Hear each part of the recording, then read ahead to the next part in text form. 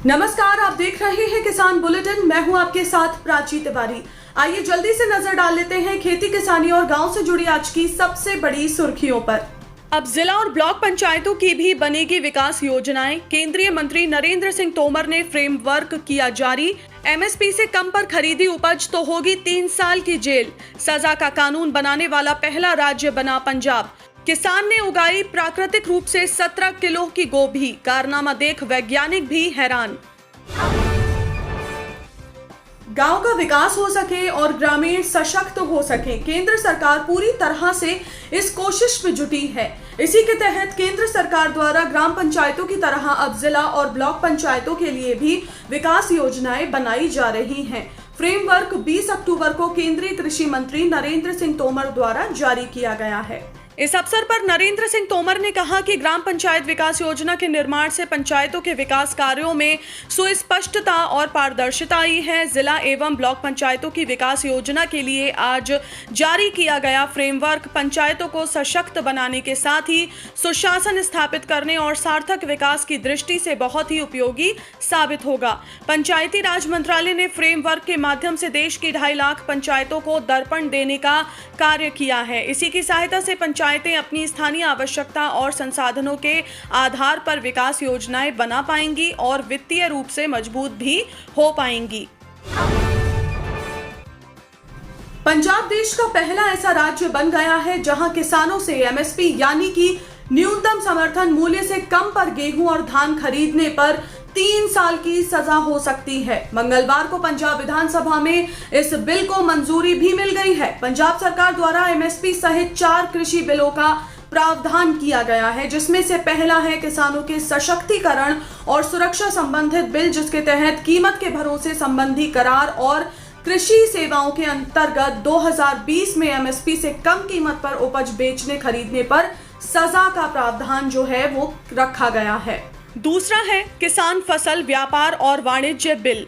गेहूं की एमएसपी पर बिक्री सुनिश्चित करने और किसानों को तंग करने पर सजा का प्रावधान। तीसरा, उपभोक्ताओं को कृषि उपज की जमाखोरी और कालाबाजारी से बचाने के लिए और किसानों और कृषि मजदूरों के साथ साथ कृषि धंधों के साथ जुड़ी गतिविधियों में शामिल अन्य की रोजी रोटी और हितों की रक्षा के आवश्यक वस्तु संशोधन बिल। मुख्यमंत्री द्वारा पेश किया गया चौथा बिल किसानों को 2.5 एकड़ से कम जमीन की कुर्की में राहत प्रदान करने के लिए है।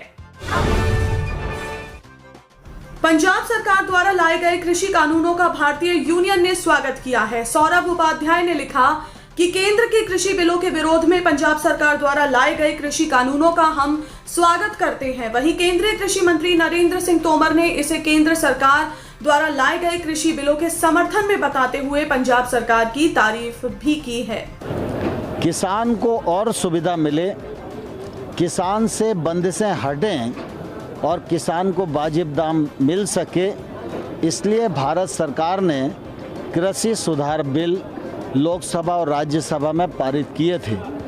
मेरी जानकारी में आया है कि पंजाब सरकार ने आज असेंबली में कोई बिल इन बिलों से संबंधित पारित किए हैं।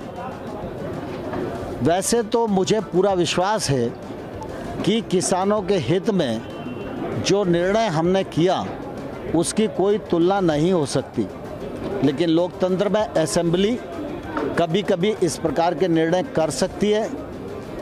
असेंबली का जो निर्णय है वो जब भारत सरकार के पास आएगा तो हम उसका बारीकी से परीक्षण करेंगे और जो किसानों के हित में होगा उस दिशा में मोदी जी के नेतृत्व में निर्णय करेंगे।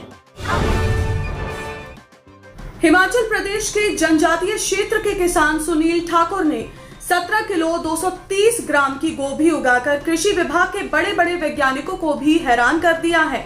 सुनील ठाकुर जिला लाहौल स्पीति के रलिंग गांव के रहने वाले हैं।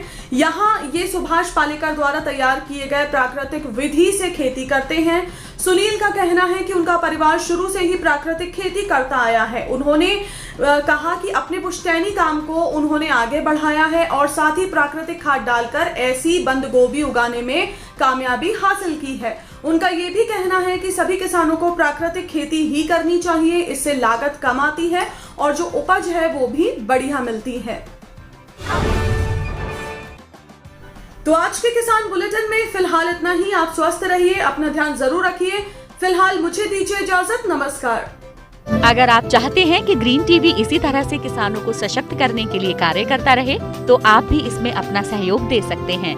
डिस्क्रिप्शन पर जाकर दिए गए लिंक पर क्लिक करें, पेटीएम करें, NEFT और क्रेडिट कार्ड के जरिए भी आप हमें सहयोग दे सकते हैं। अगर आप हमारा ये वीडियो YouTube पर देख रहे हैं तो हमारे चैनल को सब्सक्राइब करें और अगर FB पर देख रहे हैं तो इसे लाइक करें और शेयर करें।